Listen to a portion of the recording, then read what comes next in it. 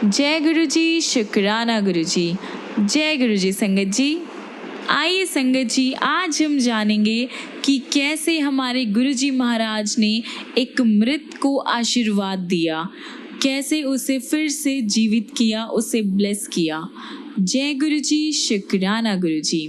आगे बढ़ने से पहले आप अपने चैनल गुरु जी सत्संग वर्ल्ड को सब्सक्राइब कर लीजिए, ताकि आपको ऐसे वीडियोस, ऐसे गुरु जी के प्यारे प्यारे चमत्कार, उनके बहुत सारे सत्संग रोज रोज सुनने को मिले, उनकी ब्लेसिंग्स मिले।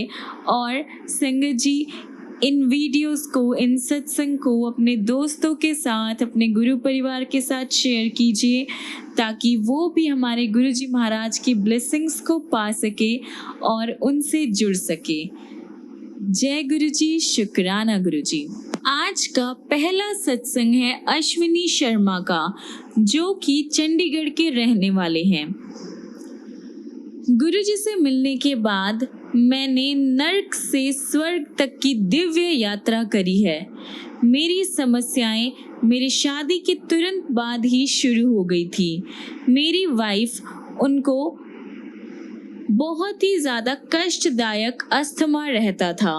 वह रात रात भर सो नहीं पाती थी और घबराई हुई रहती थी, क्योंकि उसकी माँ भी अस्थमा से परेशान रहती थी और अतः उसे पता था कि इस रोग की पीड़ा कैसे रूप धारण कर सकती है। जैसे ये कम नहीं था, मेरी बेटी तान्या को भी दमा हो गया। पूरा परिवार परेशान रहता था। उनकी मेडिसिन्स के लिए मैं बाजार के चक्कर काटता रहता था। उनका खाना भी बहुत ही संतुलित रहता था। वह अति क्षीण हो गए थे और उनके शरीर और मुंह का रंग काला पड़ गया था, यानी वह बहुत ही ज़्यादा पतले भी हो गए थे। फिर इस दास को गुरुजी के दर्शन का सौभाग्य प्राप्त हुआ। केवल गुरुजी को ही हमारी नरकीय जीवन का ज्ञान था। वह असंभव को संभव कर सकते हैं। इस प्रकार गुरुजी के सिर्फ कल्याण कर दिता कहने से ही गीता और तान्या दोनों स्वस्थ हो गए। किसी ने मेरे से पूछा कि किसी के कल्याण कर दिता कहने मात्र से कोई असाध्य रोग कैसे ठीक हो सकता है। वास्तव में मनुष्य के लिए ये संभव नहीं है, पर गुरुजी तो स्वयं ईश्वर है और ईश्वर वह कर सकता है जो नॉर्मली किसी के लिए भी संभव नहीं है। गुरुजी की आशीष सर्व फलदायी है। अपनी वाइफ और बेटी के ठीक होने के बाद मुझे लगा कि मैं स्वर्ग में हूँ। थोड़े दिनों बाद मुझे फिर गुरुजी की सहायता की ज़रूरत पड़ी।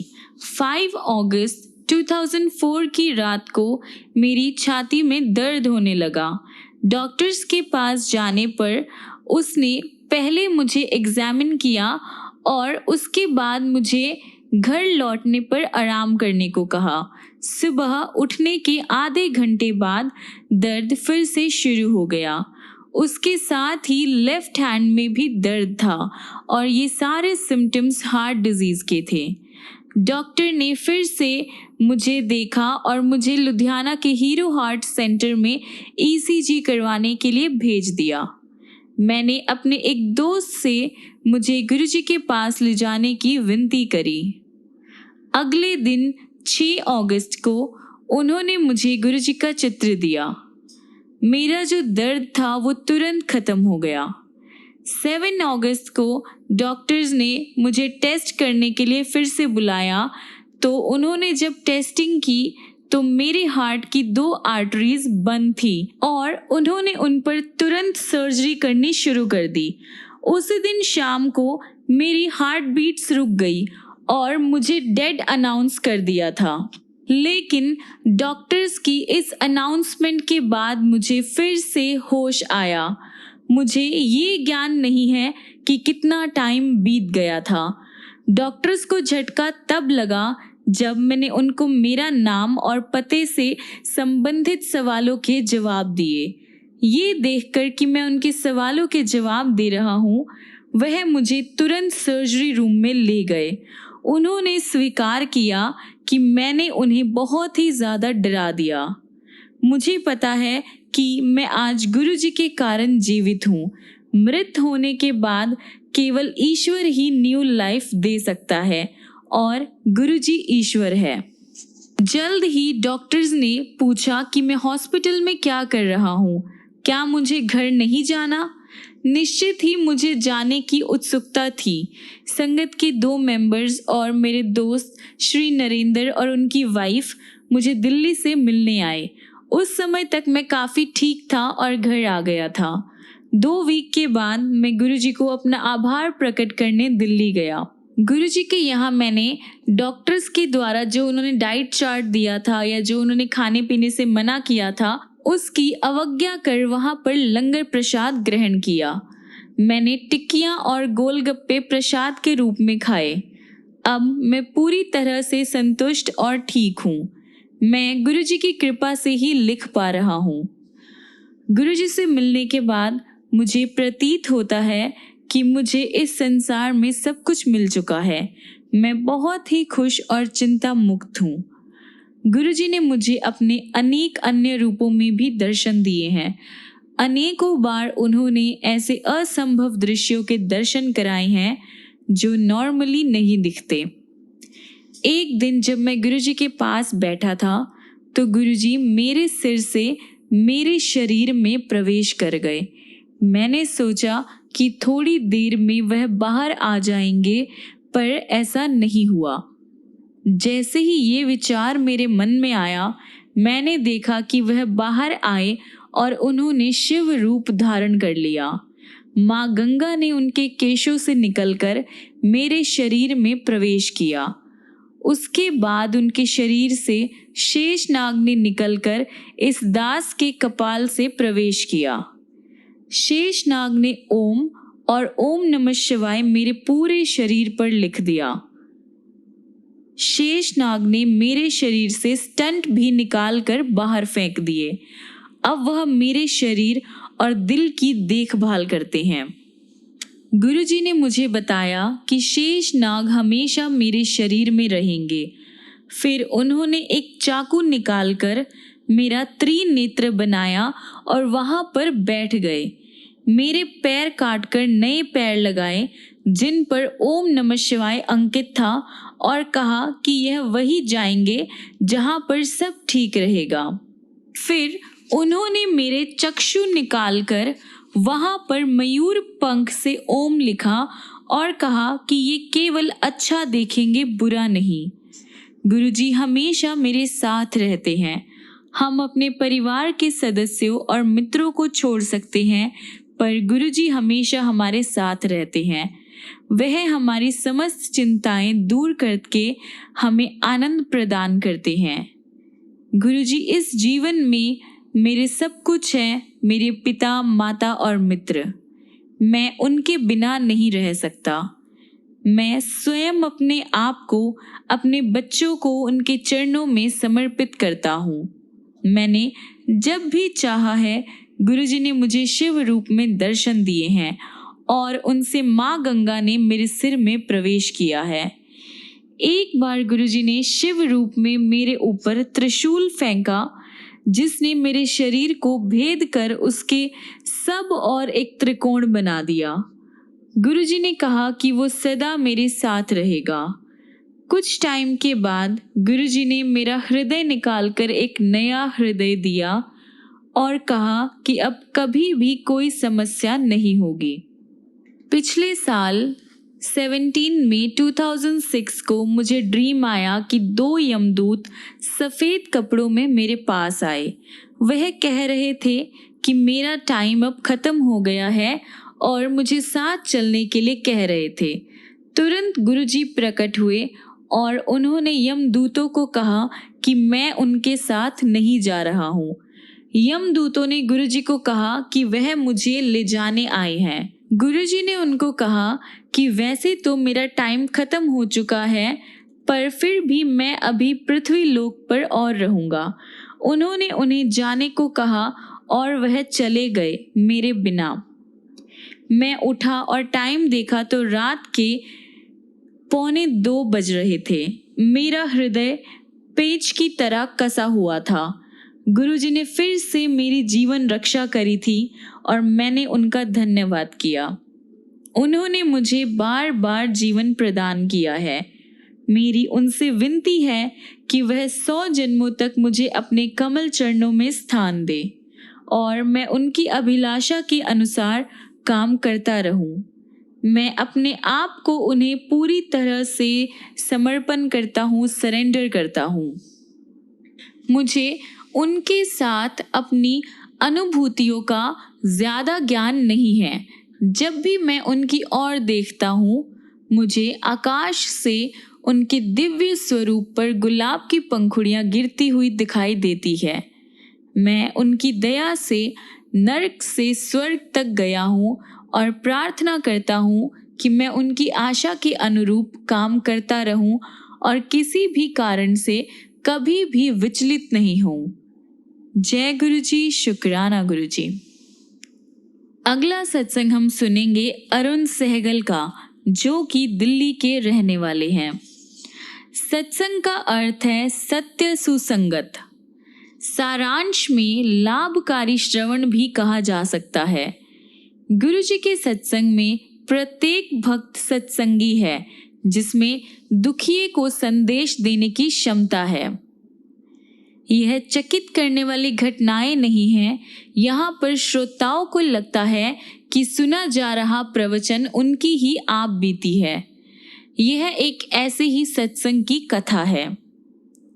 श्री अरुण सहगल सिर में खून के थक्के के कारण हॉस्पिटल में एडमिट हुए थे।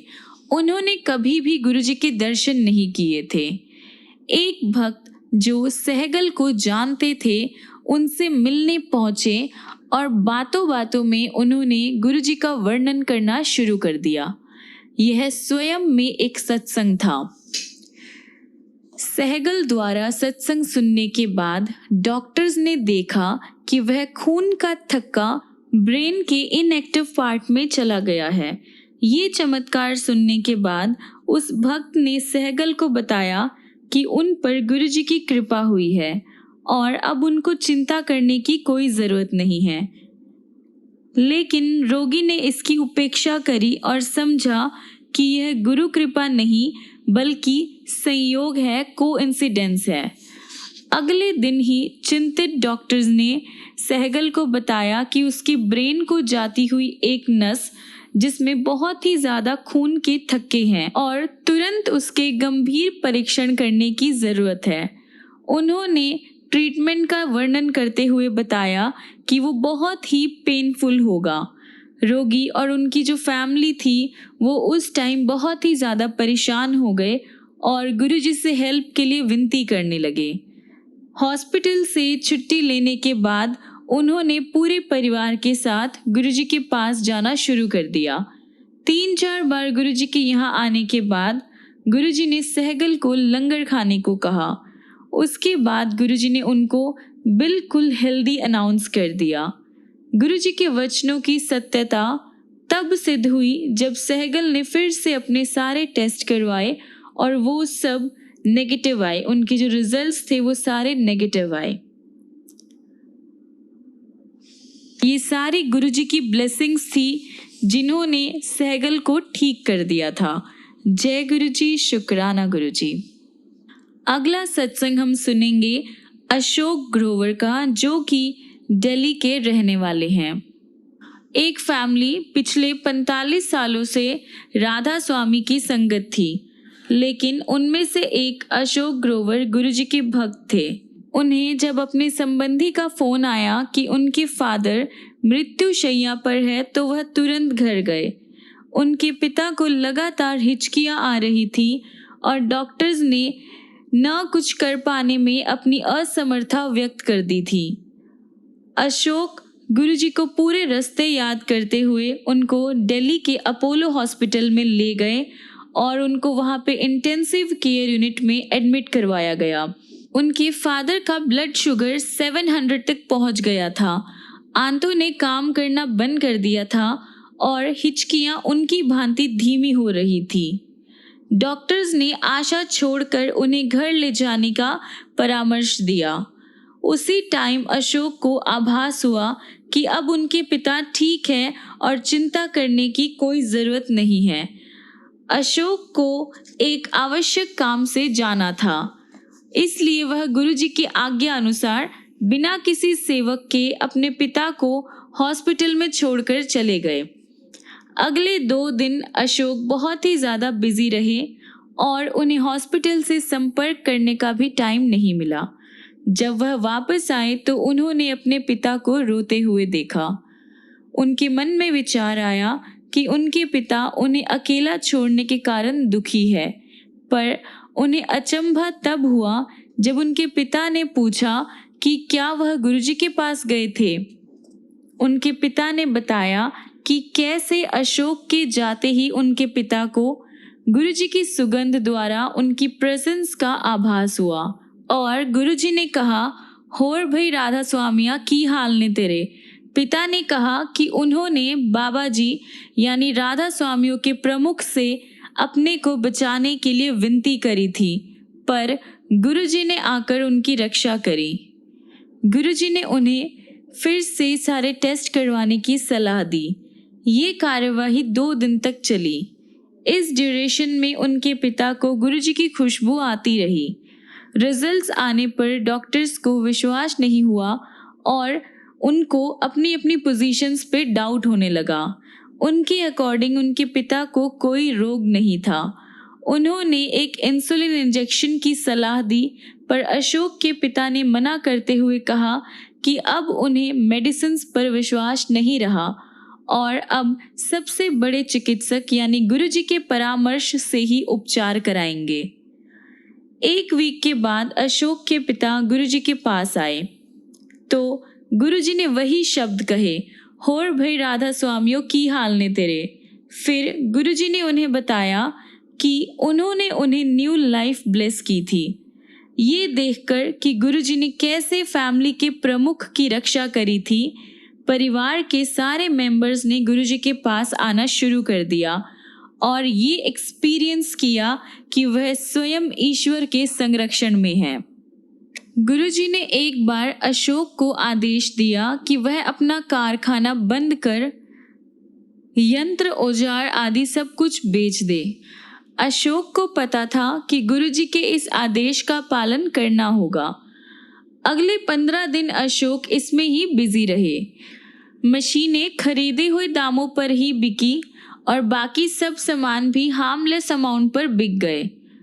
किसी को समझ में नहीं आया कि गुरुजी ने अपने भक्त को अपना काम बंद करने का आदेश क्यों दिया। 3 हफ्ते के बाद वह व्यापार पुरातन घोषित कर दिया यानी पुराना घोषित कर दिया और कई लोगों को भारी घाटा उठाना पड़ा, पर अशोक बच गए थे। उन्हें स्वयं परमात्मा ने बचाया था।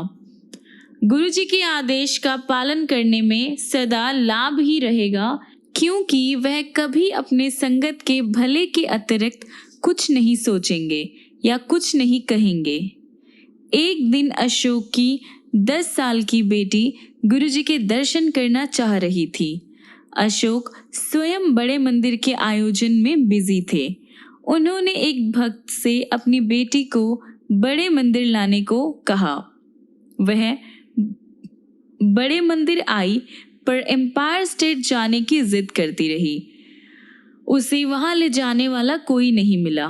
पूरी रात वह रो रो कर गुरुजी से उनके दर्शन के लिए प्रार्थना करती रही।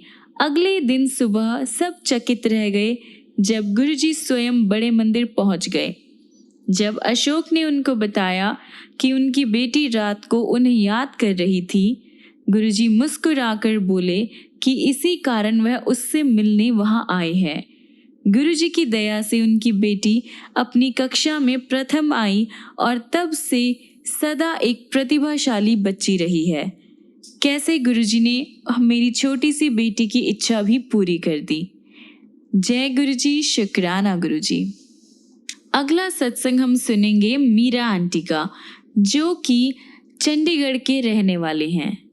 अपने गुरु की महानता का वर्णन करने की मुझ में सामर्थ्य नहीं है, क्योंकि मात्र शब्द उनकी अद्वितीय दिव्यता के लिए अपर्याप्त है।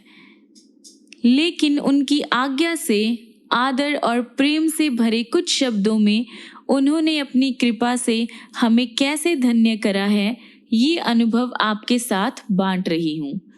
जीवन के अस्तित्व का मार्ग मोक्ष प्राप्ति की कामना के समान है। जो अपने जीवन की बागडोर अपने गुरु को समर्पित कर देते हैं, उनके लिए यह सरल हो जाता है। वास्तव में हम मार्गदर्शक न होकर केवल संगत है। मेरा जन्म एक जट सिख परिवार में हुआ था। मेरे परिवार में आनंद, सुख, समृद्धि, शिक्षा और अनुशासन किसी का अभाव नहीं था। अपने बचपन से मैं अपने दादा से बहुत प्रभावित रही हूँ, जो सदा धर्म और ईश्वर में विश्वास रखते आए हैं। धीरे धीरे एक गुरु की महिमा प्राप्त करने का विचार मेरे मन में बस गया। मेरा विवाह भी एक जट सिख परिवार में हुआ। मेरे पति 3 कन्याओं के बाद परिवार में आए थे। इस कारण उन्हें बहुत ज़्यादा प्रेम प्राप्त हुआ और उनकी आदतें बिगड़ गई। उनकी सब मांगें पूरी कर दी जाती थी। ड्रिंक उनकी सबसे बड़ी प्रॉब्लम थी, जिसके कारण वह परिवार की उपेक्षा करते थे और स्वयं कोई भी उत्तरदायित्व उठाने को तैयार नहीं थे। हर लड़की का ड्रीम होता है एक सुखी मैरिड लाइफ व्यतीत करना, और मैं कोई अपवाद नहीं थी। पर जब परिवार का पालक ही नशे में डूबा रहे, किसी के वश में कुछ नहीं रहता। रोज की छोटी मोटी प्रॉब्लम्स भी अजेय लगती है। कंधों पर परिवार का बोझ और मेरी दुखी कंडीशन ने शीघ्र ही मेरा जीवन नर्क बना दिया। उन्हीं दिनों मेरे दादा घर आए। मेरे अंदर ठहरा हुआ दुखों का बांध मानो टूट गया और उन्हें विश्वास हो गया कि मेरी हेल्प होनी चाहिए। मैंने भीगी आंखों से उन्हें बताया कि मुझे पूर्ण गुरु की ज़रूरत है। हम अपने नश्वर शरीर और मन के लगातार प्रयत्नों से भी गुरु के पास नहीं पहुंच सकते जब तक हम उनके निर्देशित मार्ग पर चलने को तत्पर नहीं हैं। ऐसी अवस्था आने पर गुरु स्वयं हमें अपने समीप बुलाने का सहज मार्ग निकाल लेते हैं। थोड़े टाइम के बाद मेरी माँ मुझे गुरुजी के पास ले गई। गुरुजी के यहाँ पहुँचते ही मुझे गुलाब की खुशबू आई। उन्हें देखकर मेरी आंखों में पानी भर गया। अगले कुछ घंटों जब तक मैं वहां पर बैठी रही, मेरी आंखों से निरंतर आंसू निकलते रहे। उस पहले दर्शन के बाद जब भी मेरी गुरुजी से भेंट होती थी, मैं अपनी भावनाओं पर कंट्रोल नहीं रख पाती थी। हर दर्शन के टाइम मुझे शांति की प्राप्ति होती थी, पर क्यों? यह मेरी तुच्छ बुद्धि की समझ में कभी नहीं आया। पॉसिबली मेरे आंसू मेरी अंतरात्मा को स्वच्छ कर रहे थे। इस बीच मेरे पति ने और ज़्यादा ड्रिंक करना शुरू कर दिया। वह अपने उत्तरदायित्व को बिल्कुल भूलकर पैसे जल की तरह बहाने लगे। मैंने उनको गुरुजी के बारे में बताकर उनके पास चलने को कहा, पर उन्होंने मेरा मजाक करते हुए कहा कि ऐसे गुरु तो सैकड़ों मिल जाते हैं, और मुझे रूढ़िवादी की उपाधि से विभूषित कर दिया। साथ ही मेरा गुरुजी के दर्शन करने का भी अनुमोदन नहीं किया, यानी उसमें भी उन्होंने हामी नहीं भरी। नवंबर 1999 के आसपास उनका संयुक्त राष्ट्र की ओर से लेबनान ट्रांसफ़र हो गया। वहाँ पर उनकी नशे की आदत बढ़कर और ज़्यादा हो गई। उसी टाइम उनको लिवर में प्रॉब्लम हो गई। मेरे ऊपर तो दुखों का पहाड़ टूट पड़ा। डॉक्टर्स के अकॉर्डिंग उनके लिवर ने काम करना बंद कर दिया था और बता दिया कि अगले 2 सालों में उन्हें नए लिवर की ज़रूरत पड़ेगी। इतने कम टाइम में किसी दाता को ढूंढना असंभव था। ऐसा दानी मिलने पर भी उसका खर्चा बहुत ज़्यादा होता और सर्जरी के जो रिजल्ट्स थे उसके सक्सेस होने की रेट भी बहुत कम थे। डॉक्टर्स ने उन्हें कह दिया था कि ड्रिंक की एक बूंद भी उनके लिए हानिकारक सिद्ध हो सकती है। इस बीच मेरे अभिभावक गुरुजी के पास जाकर उनके स्वास्थ्य लाभ की कामना करते रहे। हॉस्पिटल से छुट्टी लेकर हम दिल्ली वापस आ गए। मेरी जिद करने पर वह गुरुजी के पास आए, पर एक कोने में बैठकर यही शिकायत करते रहे कि कितनी थकान है और मैंने ही आने की जिद करी थी। उस दिन जब मैं गुरुजी के पास पहुंची तो मैं आवेश में कुछ बोल नहीं पाई। मेरी माँ और मैंने गुरुजी से उनको बचाने की विनती करी। गुरुजी ने उत्तर दिया कि वह तो नास्तिक है, वह उसकी सहायता कैसे कर सकते हैं। उसके बाद मैं गुरुजी के पास अकेले ही जाती रही क्योंकि मेरे पति साथ आने को तैयार नहीं थे। एक रात गुरुजी के यहाँ से वापस आने पर मैं गहरी नींद में सो रही थी जब अचानक जोर जोर से मेरे कमरे में वायु का झोंका आया, यानी हवा का झोंका आया। डर के कारण मैं बिस्तरे में उठकर बैठ गई और आंखें बंद कर कर प्रार्थना करने लगी।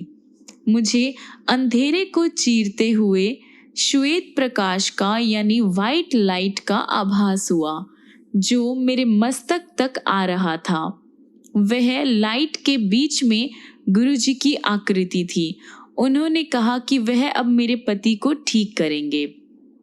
अगले 15 से 20 मिनट तक सर्जरी रूम की तरह स्मेल आती रही। उसके बाद जब सब साफ हो गया तो गुरुजी ने कहा कि उन्होंने मेरे पति को ठीक कर दिया है। उसके बाद मैं सो गई। उस दिन को बीते हुए 6 साल हो गए हैं, लेकिन मेरे पति ने अपने नशे की आदत बनाए रखी है। मेरे फैमिली वाले और मैं विस्मित हैं कि डॉक्टर्स के कथन के विपरीत उनका हेल्थ जो है बिल्कुल ठीक है और गुरुजी कैसे उनकी दिन रात देखभाल कर रहे हैं। मेरे पति भी गुरुजी द्वारा दिए गए जीवन दान के लिए उनके आभारी हैं। इस संसार के समस्त ग्रंथों के अनुसार मनुष्य के जन्म से पहले ही उसकी मृत्यु की तिथि का निर्धारण हो जाता है और कोई भी उसे एक श्वास अधिक या कम नहीं कर सकता है, लेकिन उसके कर्मों को समाप्त करने का सामर्थ्य केवल सर्वोच्च सृजनकर्ता गुरुजी के पास है। एकमात्र गुरुजी ही ब्रह्मांड के संचालक है। वह सर्वश्रेष्ठ शक्ति है जिन्होंने मेरे जीवन की गाथा को फिर से लिखा है। मैं और मेरे परिवार वालों ने अनेक बार गुरुजी से सहायता की पुकार लगाई है और ये अनुभव किया है कि अचानक ही सब कुछ ठीक हो गया है, जैसे किसी ने कोई जादुई छड़ी घुमा दी हो। एक बार मुझे गुरुजी के पास अपनी आधा दर्जन से ज्यादा सहेलियों को ले जाने का संयोग मिला। उनसे मैं गुरुजी के गुणों का वर्णन करती आई थी।